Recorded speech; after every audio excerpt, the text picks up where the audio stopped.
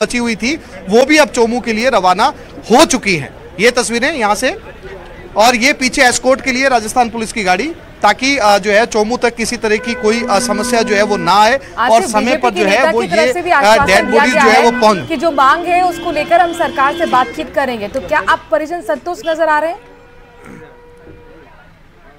देखिए नाराजगी है एक तरह की, अगर मैं जैसा कि आपने भी सुना उनके परिजनों ने कहा, एक तरह की नाराजगी है। सबसे पहले तो इन्होंने कहा कि जम्मू के अंदर जब ये आतंकवादी हमला हुआ तो इन्हें बहुत अच्छा रिस्पांस जो है वो नहीं मिला।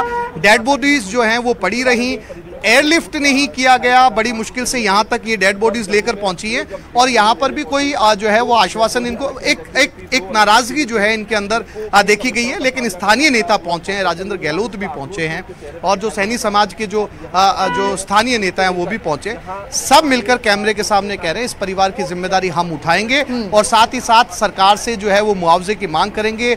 इस परिवार के जो बच्चे जो है वो इस समय अनाथ हुए हैं, उनकी पढ़ाई और लिखाई की भी जो है वो हम जो है वो करेंगे, है ना। तो इसी को लेकर जो है वो इस समय पुलिस ने आश्वासन दिया, स्थानीय नेताओं ने आश्वासन दिया। 4 तस्वीरें अपने दर्शकों को दिखा रहे हैं, जयपुर से लाइव रिपोर्टिंग कर रहे हैं, आज से पल-पल की अपडेट दे रहे हैं। पार्थिव देव पहुंच चुका है जयपुर, लेकिन परिजनों की नाराजगी बनी हुई है। ये तीसरी तस्वीर आपको चौमू के पांचिया वाली ढाड़ी की दिखा रहे हैं, जहाँ के ये तमाम चारों मृतक रहते थे। लाइव तस्वीरें आपको दिखा रहे हैं, जहाँ पर इस वक्त आप देख सकते हैं कि जो परिजन हैं वो आक्रोशित नजर आ रहे हैं, धरने पर बैठे हुए हैं।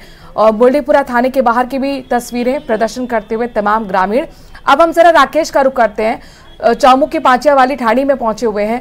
बड़ी संख्या में राकेश हम देख पा रहे हैं वहां पर ग्रामीण इकट्ठा हैं और जाहिर तौर पर अब चूंकि यहाँ पर साफ तौर पर राजेंद्र गहलोत की तरफ से कहा गया है कि जो मांगे हैं परिजनों की तरफ से सरकार के सामने रखी जाएगी, और उन्होंने खुद ये बड़ा ऐलान मीडिया के सामने किया है कि वो पालन पोषण का और पढ़ने लिखने का खर्चा उठाएंगे।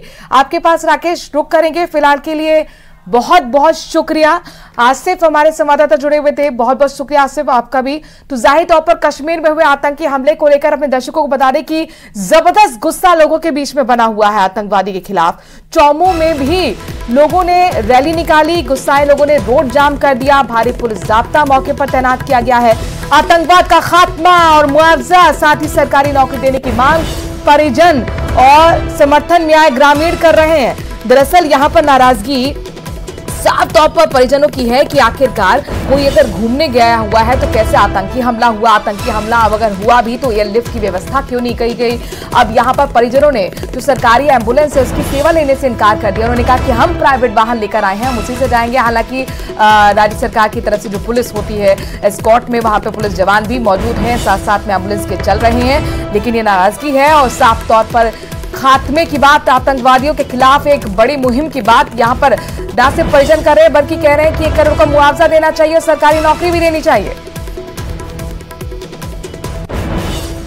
देखिए ऐसा है कि जो हमारे को सूचना मिली है, कोई यात्री गए हुए थे वहां पे, उनकी बस पे ड्राइवर को टारगेट करके और आतंकवादियों ने हमला किया है और उसमें कुछ 9-10 लोगों की हत्या हुई है। उसमें हमारे यहाँ के भी, हमारे जयपुर और उसके आसपास के 4 लोग शामिल हैं। उन 4 में 2 मृतक हमारे यहाँ के चोमू के निवासी हैं, जिसमें राजेंद्र जी और उनकी वाइफ ममता जी, और उनकी भतीजी एक पूजा सैनी थी, और पूजा जी के हस्बैंड पवन और उनका एक छोटा बच्चा भी उनके साथ में था। तो पवन जी अभी इंजर्ड हुए थे, लेकिन अभी उनकी हालत ठीक है और उनको हॉस्पिटल से डिस्चार्ज भी कर दिया गया है। और कुल 5 में से 4 लोगों की यहाँ पे मौत हुई है, जिसमें से 2 यहाँ के हैं, 2 इनके रिश्तेदार हैं जो जयपुर के आसपास के रहने वाले हैं। ये तस्वीरें आपको हमने दिखाई है चौमू की। दरअसल यहाँ पर ग्रामीण धरने पर बैठ गए, चक्का जाम कर दिया, रोड जाम करके तस्वीरें भी आपके सामने हैं, जहां पर ग्रामीण साफ तौर पर कह रहे हैं कि 1 करोड़ का मुआवजा मिलना चाहिए।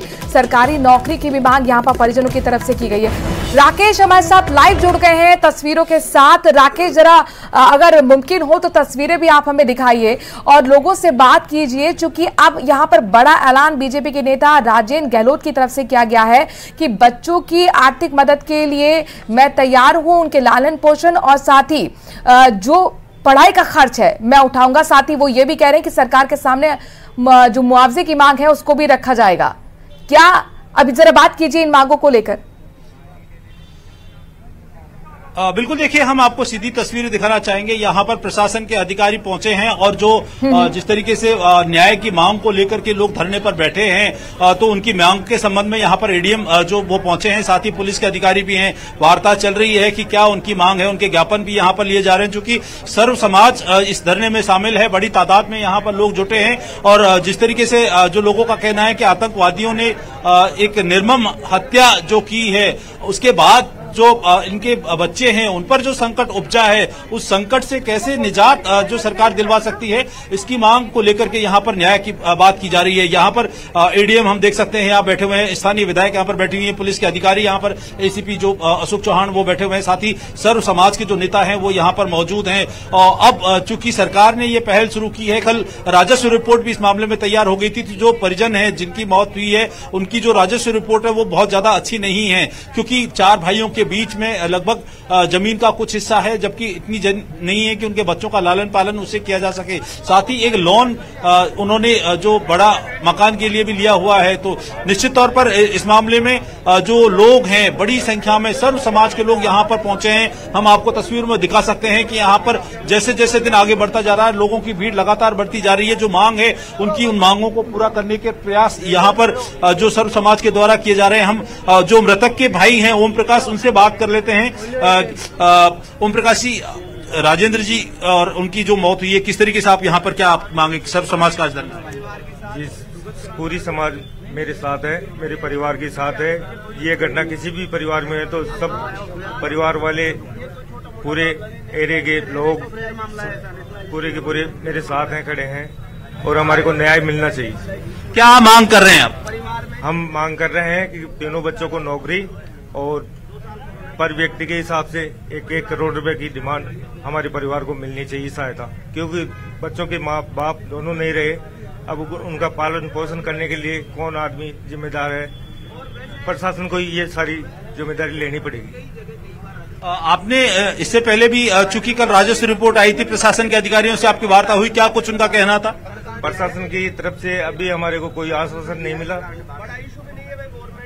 और आगे प्रशासन के अधिकारी अब हमारे बीच में आके बैठे हैं, वार्तालाप चलती है, क्या होता है क्या नहीं। बिल्कुल, यहाँ पर हम देख सकते हैं स्थानीय विधायक जो यहाँ पर बैठे हुए हैं। और राकेश जरा बात कीजिएगा। राजेंद्र गहलोत बीजेपी के नेता ने आश्वासन दिया है कि आपकी मांगों को सरकार तक लेकर जाएंगे और वो तैयार है कि बच्चों का जो है एक गोद लेंगे और जो पढ़ाई लिखा खर्च है वो खुद उठाएंगे। बात कीजिएगा, उम्मीद जगी है क्या आप? हाँ बिल्कुल, हम उनके परिजनों से ही बात करते हैं। राजेंद्र गहलोत जो बीजेपी के नेता है, उन्होंने कहा है कि वो आपके बच्चों को गोद लेंगे, पढ़ाई लिखाई के साथ पूरा घर। किस तरीके से आपको? जी सर, हमारे को तो पूरा यहाँ लिखित में चाहिए, हम आश्वासन से नहीं उठेंगे। हमारे को यहाँ जो भी मिलेगा प्रशासन की तरफ से वो पूरे डॉक्यूमेंट्स अभी यहीं चाहिए हमारे को। बिल्कुल, इनका साफ कहना है कि जो आश्वासन नहीं चाहिए उन्हें, जो पीड़ित हैं उनको राहत चाहिए, उनको इनकी जो मांग है वो यहाँ लिखित में। और जो चूंकि यहाँ पर ये जो सर्व समाज का धरना चल रहा है, यहाँ पर इनको सभी चीज। हमारे साथ एडीएम जो हैं, हम उनको सबसे पहले ले लेते हैं। जो वार्ता हुई है एडीएम साहब, किस तरीके की वार्ता है, क्या मांगे रखी?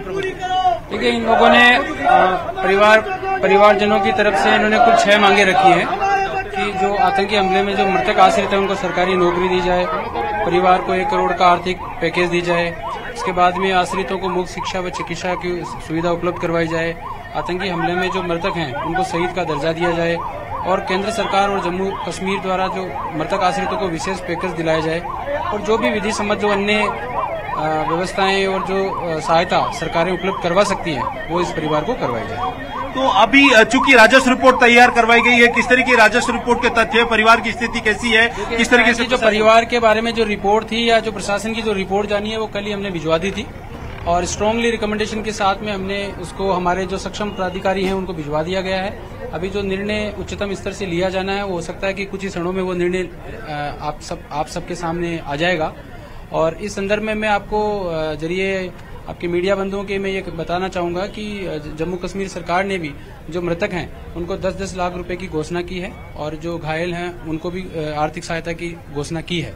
साथ ही हमने ये भी चेक करवाया कि ये जो परिवार है ये NFSA से लाभान्वित हैं, तो इनको जो मुख्यमंत्री दुर्घटना बीमा योजना है उसमें भी इस परिवार को 10 लाख रुपए का सहायता मिलेगी। साथ ही जो माननीय मुख्यमंत्री महोदय के यहाँ से जो मुख्यमंत्री सहायता कोष है उसमें जो राशि वो भी स्वीकृत हो जाती है, उसके बाद में आपको अवगत करा दिया जाएगा। 1 करोड़ की मांग कर रहा है परिवार। समाज के आप बताइए राकेश, एडीएम से बात कीजिएगा। बोले 1 करोड़ की मांग कर रहा है परिवार, क्या ये मुमकिन है? हाँ बिल्कुल, हम बात करते हैं। एडीएम साहब 1 करोड़ की डिमांड कर रहे हैं और कुछ मांग, ये हम ज्ञापन दिखा सकते हैं, जो ज्ञापन इनको दिया गया है जो मांगे रखी गई है। 1 करोड़ की मांग की जा रही परिवार के द्वारा, किस तरीके से हम कौन कौन सी मदद दे सकते हैं, उनमें क्या प्रावधान है? देखिए, जो इनकी मांगे हैं वो प्रशासन की और सरकार की पूर्ण संवेदनाएं इस परिवार के साथ में है। जो भी नियमानुसार जो विधि सम्मत कार्रवाई के तहत जो मांगे पूरी की जा सकेगी वो पूरी करवाने के लिए हम सक्षम स्तर पे अभी इसको भिजवा रहे हैं, और जो अंतिम निर्णय है वो जो सक्षम अथॉरिटी होगी उसके द्वारा लिया जाएगा। बिल्कुल, प्रशासन के अधिकारी का कहना है। हमारे साथ आप बताइए सनी साहब, जो खासतौर पर आज ये पूरा किस तरह की डिमांड रखी गई है, क्या कुछ मांगे हैं? हमारी मांगे हैं कि जो पीड़ित परिवार है उसके मृतक आश्रितों को 50-50 लाख रुपए प्रति सदस्य उनको मुआवजे की राशि मिले, तथा उनके प्रत्येक सदस्य को परिवार में सरकारी राजकीय सेवा में नियमित नौकरी मिले, ऐसी हमारी डिमांड है। और एक वो गरीब परिवार से आते हैं तो ताकि उनका आर्थिक संबल के रूप में उनका जो लालन पालन हो सके। और चलिए, बहुत बहुत शुक्रिया राकेश, तमाम जानकारी हम तक पहुंचाने के लिए। वहीं अपने दर्शकों को बता दें कि आतंकियों के खात्मे के लिए अब पूरी तरह से सरकार एक्शन में नजर आ रही है।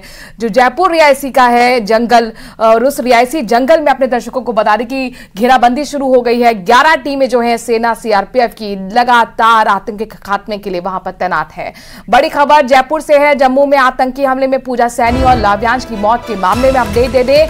मुरलीपुरा थाने के बाहर भी परिजन और स्थानीय लोगों ने प्रदर्शन किया है। मृतकों को उचित आर्थिक और अन्य सहायता की मांग को लेकर धरने पर बैठे हुए हैं। मुरलीपुरा थाने के बाहर एक तरफ ट्रैफिक बंद हो चुका है, चूंकि चक्का जाम, लिहाजा आने जाने में भी दिक्कतें हो रही हैं। खासतौर पर मुरलीपुरा थाने के बाहर देखिए, एक तरफा जो ट्रैफिक है वो पूरी तरह से बंद है, चूंकि यहाँ पर बड़ी संख्या में आपको महिलाएं भी नजर आ रही होंगी।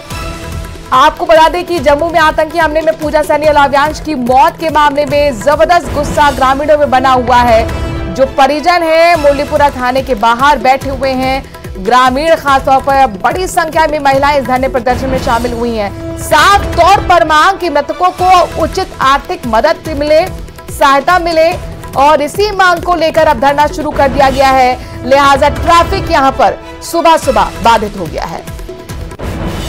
चलिए अब रुक करते हैं कुछ और खबरों का। अगली खबर जयपुर से ही अपने दर्शकों को बता दें कि बजट घोषणाओं को लेकर मुख्यमंत्री भजनलाल शर्मा ने अहम बैठक बुलाई है। सीएमओ में आज प्रस्तावित है मीटिंग, और मीटिंग में ऊर्जा मंत्री हीरालाल नागर सहित तमाम बड़े अधिकारी मौजूद रहने वाले हैं। ऊर्जा विभाग के कार्यों और बजट घोषणाओं को लेकर इसमें चर्चा होगी। इस वक्त की बड़ी खबर, अपने दर्शकों को बता दें कि भीषण गर्मी के बीच लगातार पावर कट है, लिहाजा ये महत्वपूर्ण बैठक मुख्यमंत्री की तरफ से बुलाई गई। इस बीच अपने दर्शकों को बता दें कि एसआई भर्ती पेपर लीक के मामले में 15 जून तक नकल गैंग सरगना पौरव कालेर को रिमांड पर भेज दिया गया है। पौरव कालेर और तुलछाराम से पूछताछ में एसओजी की टीम जुटी हुई है। जोधपुर, नागौर, जयपुर, बीकानेर में ये गैंग एक्टिव था। कोचिंग सेंटर, पीजी हॉस्टल के आसपास मेंबर इस गैंग के घूमते थे। नकल गैंग में करीब 10 से 15 सदस्य शामिल हैं। इनामी बदमाश पौरव काले ने गुजरात में जमकर फरारी काटी है और अब ये एसओजी की गिरफ्त में है। इस बीच दिल्ली से बड़ी खबर, केंद्रीय गृह मंत्री, अब केंद्रीय जो मंत्री हैं गजेंद्र सिंह शेखावत आज कार्यभार संभालेंगे। पर्यटन और संस्कृति मंत्री इस बार उन्हें मिला है और पर्यटन संस्कृति मंत्री के तौर पर आज कार्यभार संभालेंगे। सुबह 11 बजे आपको बता दें कि संस्कृति मंत्रालय में कार्यभार संभालते हुए नजर आने वाले हैं केंद्रीय मंत्री गजेंद्र सिंह शेखावत। दोपहर 12 बजे पर्यटन मंत्रालय में कार्यभार संभालेंगे। इससे पहले जल शक्ति मंत्री थे और इस बार उन्हें पर्यटन और संस्कृति का मंत्रालय दिया गया है। मोदी सरकार की 9 टीम पूरी तरह से एक्शन मोड में नजर आ रही है। कल विभागों का बंटवारा होने के बाद आज कई मंत्रियों ने अपना कार्यभार संभाला। तस्वीरें आपके सामने हैं। अश्विनी वैष्णव ने रेल मंत्रालय का पदभार संभाला है। रेल मंत्री अश्विनी वैष्णव ने कार्यभार संभाला, उस वक्त की तस्वीरें आपके सामने हैं। हालांकि अपने दर्शकों को बता दें कि ऐसे कई चेहरे हैं जिनको दोबारा